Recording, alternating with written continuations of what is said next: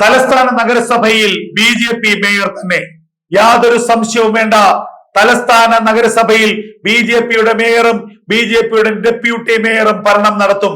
ജനാധിപത്യത്തെ അട്ടിമറിക്കാൻ, ജനങ്ങൾ നൽകിയ ജനവിധിയെ അട്ടിമറിക്കാനുള്ള ഇടതുപക്ഷത്തിന്റെയും വലതുപക്ഷത്തിന്റെയും ശ്രമങ്ങൾ പാളിയിരിക്കുന്നു എന്നുള്ള വാർത്തകൾ പുറത്തു വരികയാണ്.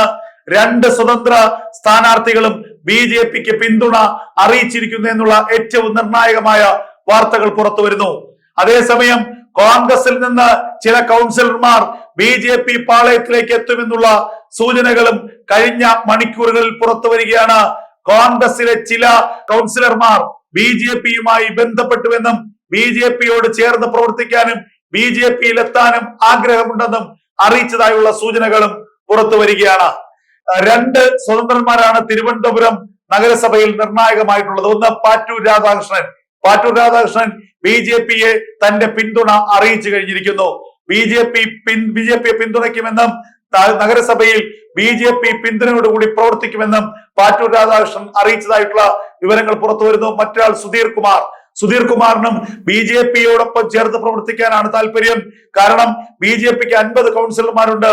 BJP മാത്രമേ ശക്തമായ ഒരു നഗരസഭാ ഭരണം നടത്താൻ കഴിയുന്ന പാർട്ടി ആയിട്ടുള്ളൂ എന്ന തിരിച്ചറിവാണ് ഈ സുധീർ കുമാറിനെയും BJPയോടൊപ്പം നിൽക്കാൻ പ്രേരിപ്പിക്കുന്നത്.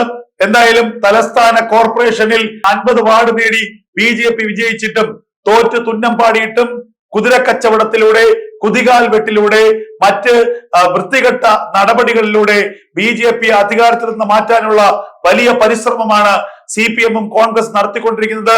പാറ്റൂർ രാധാകൃഷ്ണനും സുധീർ കുമാറും അടക്കമുള്ള സ്വതന്ത്രരെ ചാക്കിട്ട് പിടിക്കാനുള്ള വലിയ പരിശ്രമങ്ങൾ CPM-ന്റെ ജില്ലാ സംസ്ഥാന നേതാക്കൾ തന്നെ നടത്തുന്നതായുള്ള വിവരങ്ങൾ കഴിഞ്ഞ ദിവസം നമ്മൾ തന്നെ പുറത്തുവിട്ടതാണ്.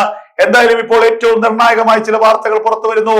പാറ്റൂർ രാധാകൃഷ്ണനും മറ്റൊരു സ്വതന്ത്രനും BJPയെ പിന്തുണയ്ക്കുമെന്ന് ഏറെക്കുറെ ഉറപ്പായിരിക്കുന്നു. BJPയുടെ മേയർ തന്നെ തലസ്ഥാന കോർപ്പറേഷൻ ഭരിക്കും. BJPയുടെ ഡെപ്യൂട്ടി മേയർ തന്നെ തലസ്ഥാന കോർപ്പറേഷൻ ഭരിക്കും. 4 പതിറ്റാണ്ടത്തെ CPM-ന്റെ കുത്തക അവസാനിപ്പിച്ചിരിക്കുന്നു BJP. അനന്തപുരിയുടെ മണ്ണിൽ താമര തേരോട്ടം നടക്കാൻ പോവുകയാണ്. അനന്തപുരിയുടെ മണ്ണിൽ വലിയ വിജയമാണ് BJP നേടിയിരിക്കുന്നത്. BJPയുടെ ഈ വിജയം CPM-നെ അലോസരപ്പെടുത്തുന്നു എന്നുള്ളത് യാഥാർത്ഥ്യമാണ്. അതുകൊണ്ട് തന്നെയാണ് BJP എങ്ങനെയും അധികാരത്തിൽ അകറ്റി നിർത്താൻ, എല്ലാ തറക്കളികളും നടത്താൻ CPM ശ്രമിക്കുന്നത്. എന്നാൽ അതിനെല്ലാം മറികടക്കുകയാണ് BJPയുടെ തലസ്ഥാന നേതൃത്വവും സംസ്ഥാന നേതൃത്വവും.